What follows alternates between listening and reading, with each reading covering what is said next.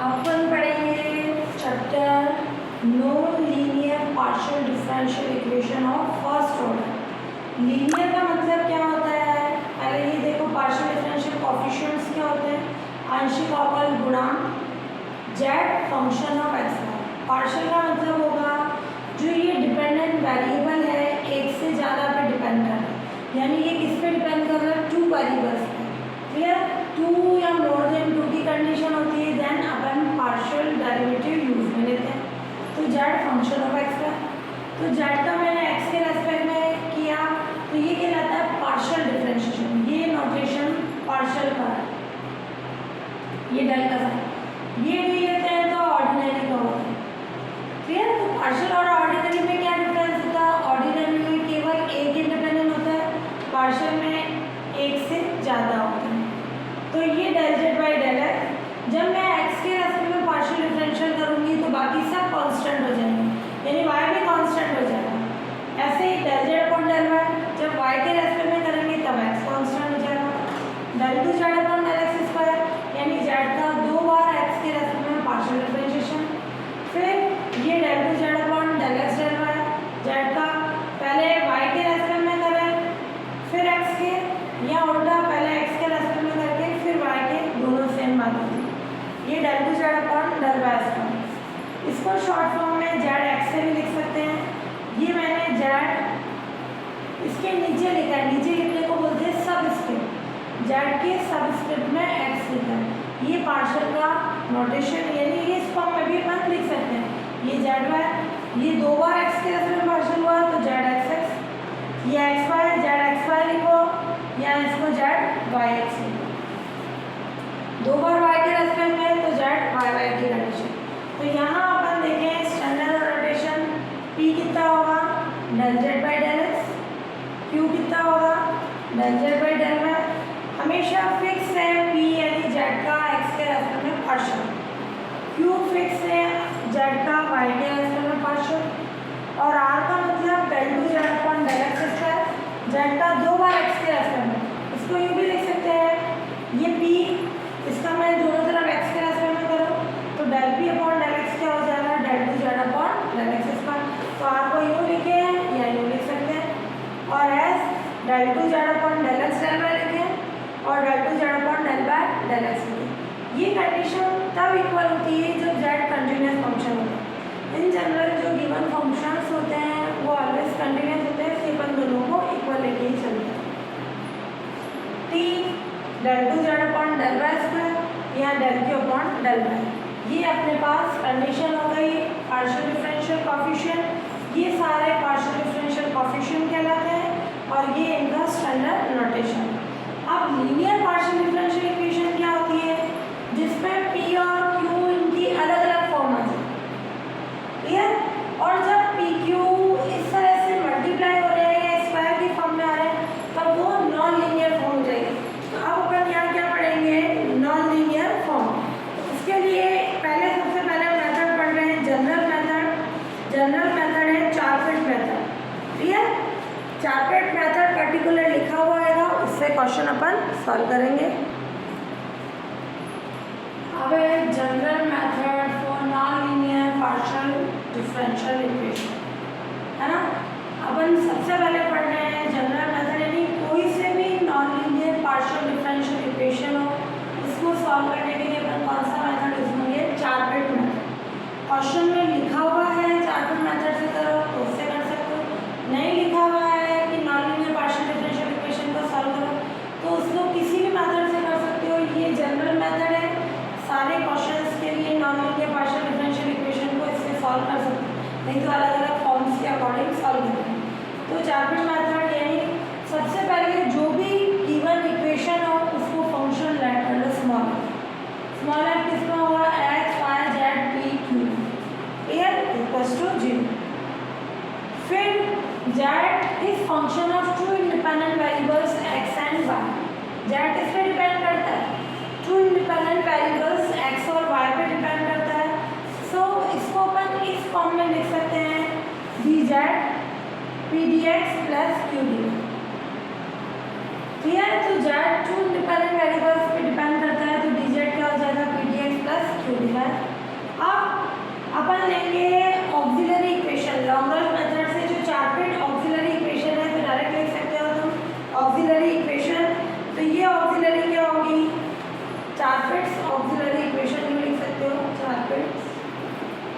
Auxiliary equation.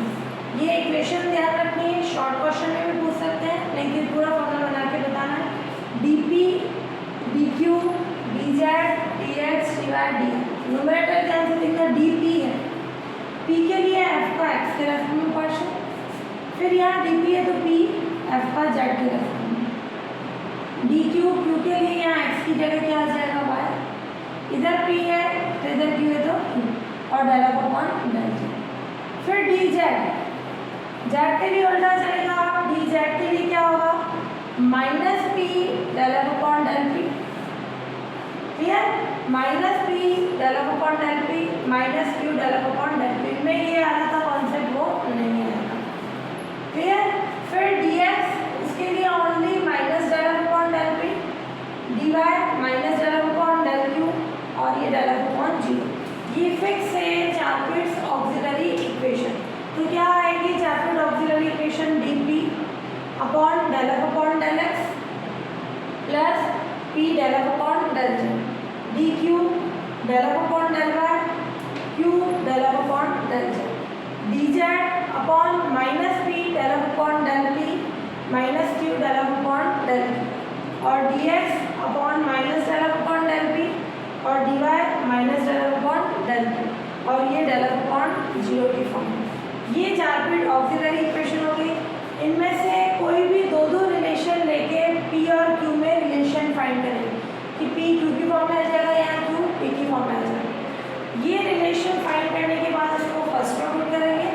First में put करके अपन क्या करेंगे, x और y की, क्लियर।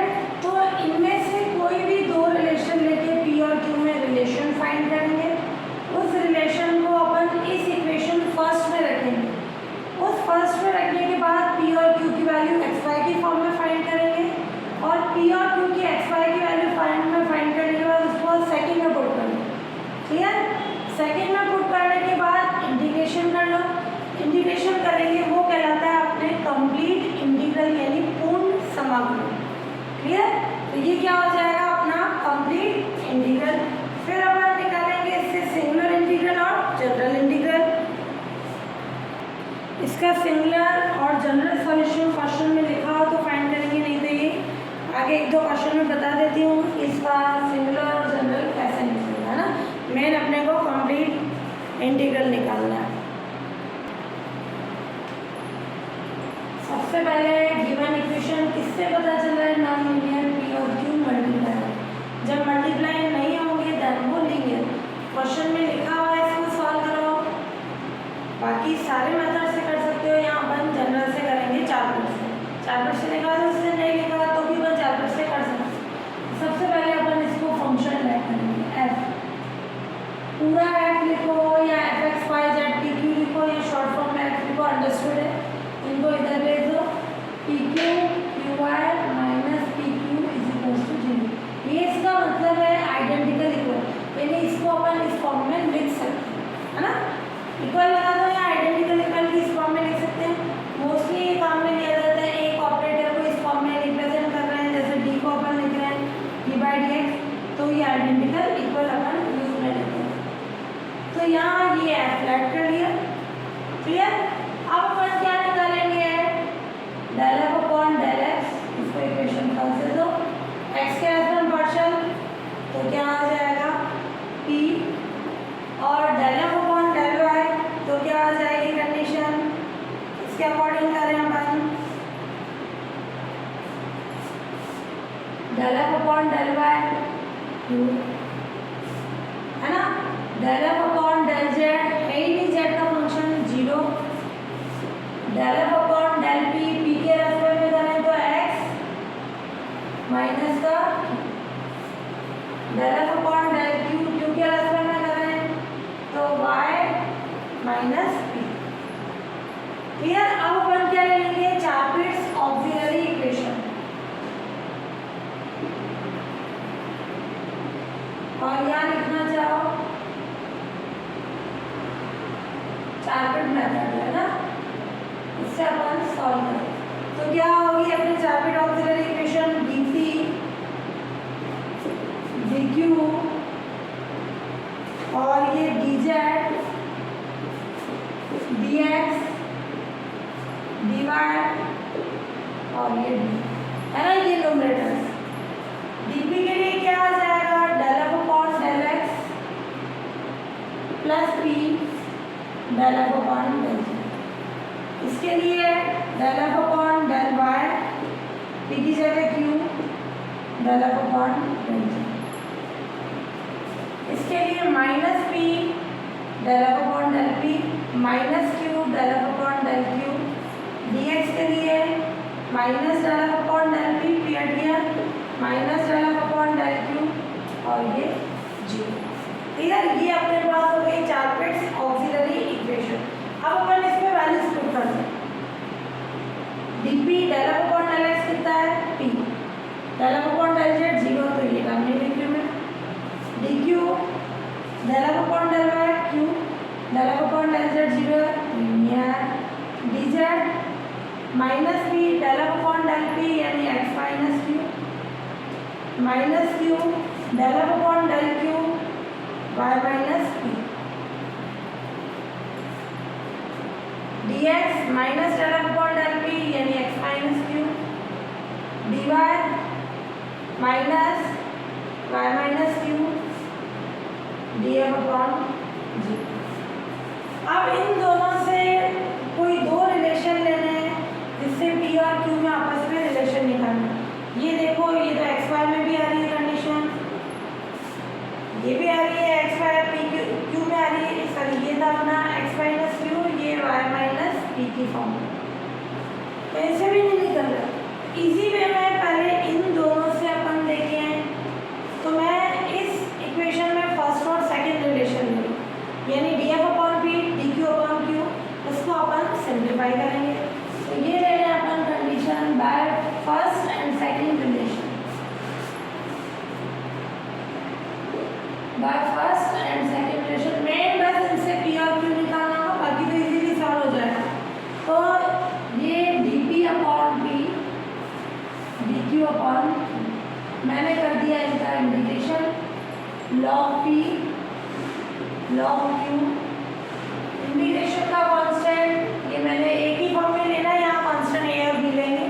ये log a p log m plus n यानी log mn, दोनों तरफ से log हटा दें तो p कितना हो जाएगा, q। ये p और q का आपस में रिलेशन निकल गया। अब इसको मैं रखूंगी फर्स्ट में, इससे p और q की वैल्यू x y की फॉर्म में निकालेंगे। तो क्या करें, पुट कर दें p की वैल्यू फर्स्ट में, तो putting value of p in equation first, ये फर्स्ट का अंदर ये वैल्यू तो 0 है, यानी जहाँ जहाँ p आ रहा है वहाँ क्या रखते हैं, q है।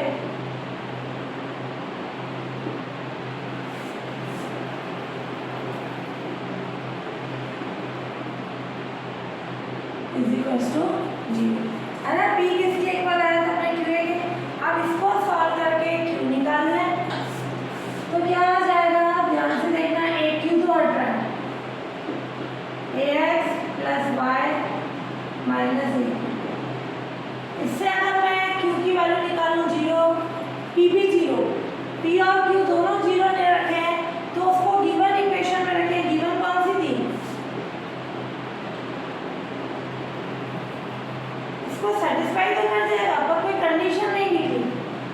ठीक है, तो यहाँ अपन क्या करेंगे, ये वैल्यू नॉट इक्वल टू 0 और अपन क्या ले लें, ax प्लस y माइनस aq को क्या ले लें, 0। तो इससे q की वैल्यू क्या आ जाएगी, अंदर वाले से ax प्लस y अपॉन a। ठीक है, क्योंकि अगर मैंने p और q की वैल्यू 0 रखी तो तुम इसको dz equals to pdx q dy में रखोगे, 0 सॉल्यूशन आ जाएगा। अपने तो x y की फॉर्म में सॉल्यूशन आना चाहिए। तो ये आया q, q से मैंने p निकाल लिया, p कितना है, aq, तो यानी कितना हो जाएगा, इसको a से मल्टीप्लाई करें, ax प्लस y, ये a कैंसिल हो जाएगा। ये आ गई p और q की वैल्यू। तो जो चार्पेट्स ऑक्सिलरी इक्वेशन थी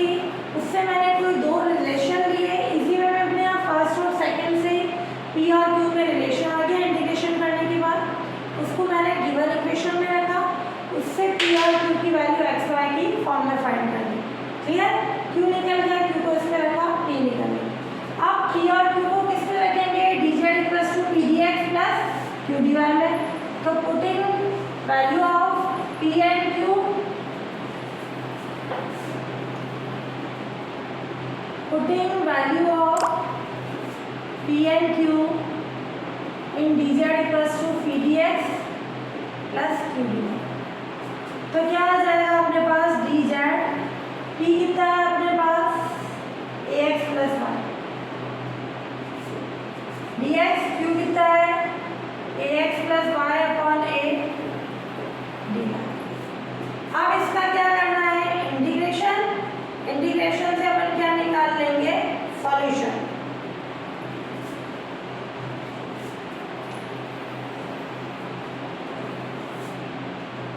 ध्यान से देखना, इन दोनों में से ax plus y upon a common निकालेंगे, यानी ए एलसीएम लिया तो क्या बचा? A d x plus d y. अगर मैंने ax प्लस वाई को t माना, ध्यान से देखना, डायरेक्ट भी कर सकते हो, ये t माना तो इसका डिफरेंशिएशन क्या होगा? a x का dx y का dy is equals to dt। Clear? आ रहा है ये? ax प्लस y को t माना तो a dx dy इसके इक्वल आ गया dt के, यानी इसको यूं लिख सकते हो, 1/, ये आया t और ये d, यानी कोई फंक्शन इसका डिफरेंशियल है। अब इसका बॉडी साइड क्या करें? इंटीग्रेशन, तो क्या आ जाएगा? Integration of dz 1/a t dt plus integration का कांस्टेंट b dz का z 1/a t का t square upon 2 plus b z 1/a, ये 2 हो गया, t कितना है? ax प्लस y, ये हो गया अपना कंप्लीट इंटीग्रल। क्लियर? ये कैसी फॉर्म आ जाएगी अपने पास? कंप्लीट इंटीग्रल की फॉर्म आ जाएगी, which is required complete integral. ये इक्वेशन दे दो, सेकंड ऑलरेडी है, तो वैसे तो सॉल्यूशन बोलेगा मेन अपन यही तक कंप्लीट इंटीग्रल तक निकालेंगे। हाँ, अगर ये बोल रहा है इसका सिंगुलर और जनरल सॉल्यूशन फाइंड करो, वो भी बता रही हूँ किस फॉर्म में फाइंड करेंगे। तो अब अपन लेंगे इसका जनरल सॉल्यूशन, जो व्यापक है, ये अपना आया z equals to 1/2a y plus ax का whole square plus b complete integral. पहले ही अगर तुम एक को इधर बैठना चाहो तो भी रखें। जनरल में क्या होता है? b की जगह क्या पुट कर देते हैं? 5, putting b equals to 5a in equation third में अपन ने b की जगह 5a पुट कर दिया, तो z कितना हो जाएगा? 1/2a y प्लस ax का होल स्क्वायर b5 का मतलब जो ये कांस्टेंट था वो a का फंक्शन है, a पे डिपेंड करता है, तो ये थर्ड और फोर्थ। अब अपन क्या करेंगे? इसका a के रेस्पेक्ट में पार्शियल डिफरेंशियल कर दो, equation partial differential equation 4 with respect to a के रेस्पेक्ट में पार्शियल कर रहे हैं, 0 1/, ये u इंटू v से हो जाएगा, ये कांस्टेंट, ये 2y प्लस ax पार्शियल कर रहे हैं, ax का क्या हो जाएगा? x, फिर y प्लस ax अपॉन 2 का होल स्क्वायर, नहीं है ये कांस्टेंट, 1/a का क्या होगा? Minus 1/a square, pi a का पाई डैश। तो जो ये कंप्लीट इंटीग्रल था उसमें b था, b को फाई पे ले लो, इस पे पुट कर दो, इस पे कांस्टेंट a और b की फॉर्म में मानना, पहले a फिर b, ये आगे कंडीशन। इसका a के रेस्पेक्ट में पार्शियल किया, थर्ड और फोर्थ है eliminating, third and fifth eliminating a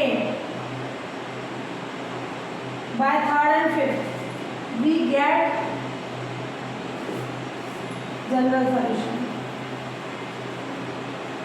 अब इजी वे में हटेगा नहीं, अपन लैंग्वेज में लिखेंगे कि इससे और इससे क्या हटा दें, ए को एलिमिनेट कर दें, हटा दें, एलिमिनेट करना है हटाना, विलोपन करना, तो अपने जनरल सॉल्यूशन आ जाएगा। क्वेश्चन में बोल रहा है तो जनरल निकालो, मैं नहीं तो कॉम्प्लीटेड इंटीग्रल निकालो। फिर सिंगुलर सॉल्यूशन यानी विचित्र हल।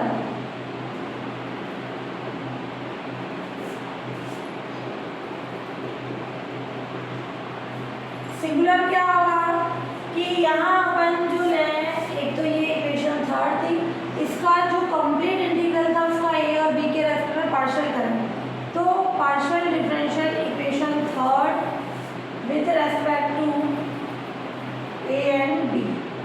ध्यान से देखना, पहले मैं ए के रेस्पेक्ट में कर रही हूँ, तो जेड का 0 1/2a 2y प्लस ए एक्स का प्लस 1/2 y प्लस ए एक्स का उसका कांस्टेंट 1/a का माइनस 1/a बी का 0। एक इक्वेशन ये आ गई, ध्यान से देखना। फिर मैं बी के रेस्पेक्ट में करूँगा तो क्या होगा, बी के रेस्पेक्ट में 0, इसमें कहीं बी है ही नहीं, इसका 1। क्या 0 और 1 इक्वल होते हैं? विच इज नॉट पॉसिबल। तो इसका मतलब यहाँ सिंगुलर सॉल्यूशन एग्जिस्ट नहीं होगा। 0 equals to 1 which is not possible.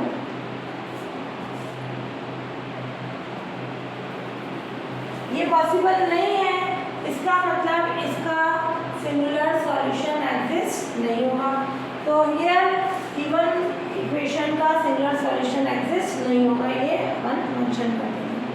तो जनरल और सिंगुलर तो जब बोल रहा है तो फाइंड करेंगे, नहीं तो ओनली इसका कंप्लीट इंटीग्रल फाइंड करेंगे। गिवन इक्वेशन है ये, सबसे पहले इसको फंक्शन ऐड कर लो। 4 बिट्स ऑक्सिलरी इक्वेशन लिख दी, मैंने फॉर्मूला लिख दिया। dp del f upon del x मैंने डायरेक्ट निकाला, वैल्यू पुट कर दी, है ही नहीं, 0 x है ही नहीं।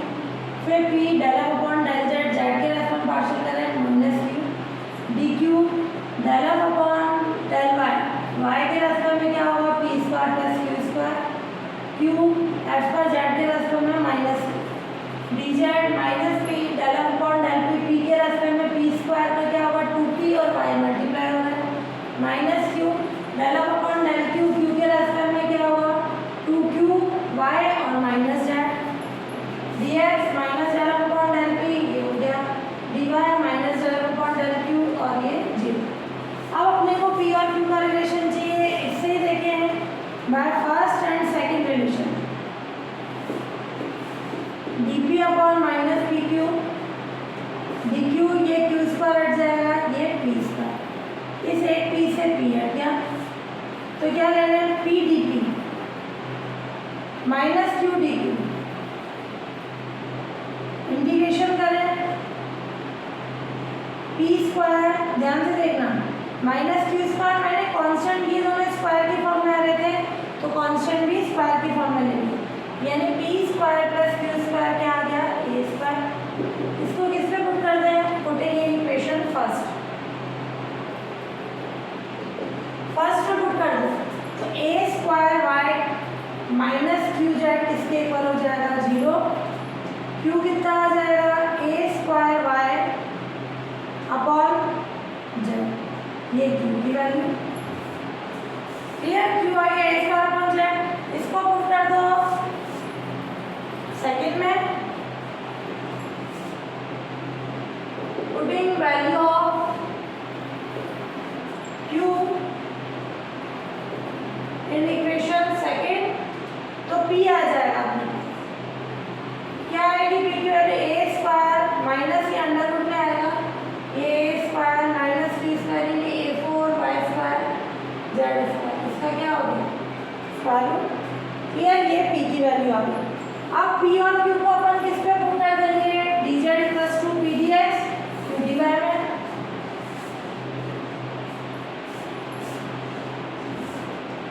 इसको भी सॉल्व कर देना, a बाहर आ जाएगा, a square 1 minus a square y square upon z square.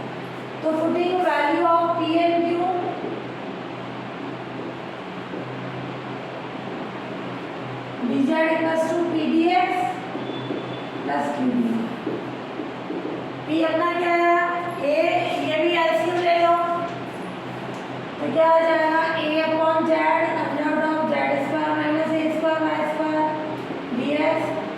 कितना है अपने पास A square Y Z D.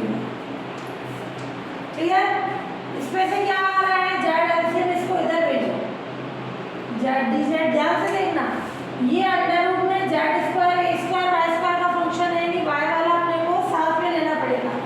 ठीक है, तो क्या आ जाएगी अपने पास कंडीशन जेड डी जेड और माइनस ए स्क्वायर वाई डी वाई और A under of Z square minus A square Y square D. ध्यान से देखना, ये जेड ऐसे लेके इधर भेज दिया, अंडर रूट में जेड और वाई का साथ में फंक्शन है तो मैंने ये वाई का साथ में फंक्शन ले लिया। अब सेपरेशन कर लो, जेड डी जेड माइनस ए square Y D Y under root Z square minus ए स्क्वायर वाई स्क्वायर और ये ए,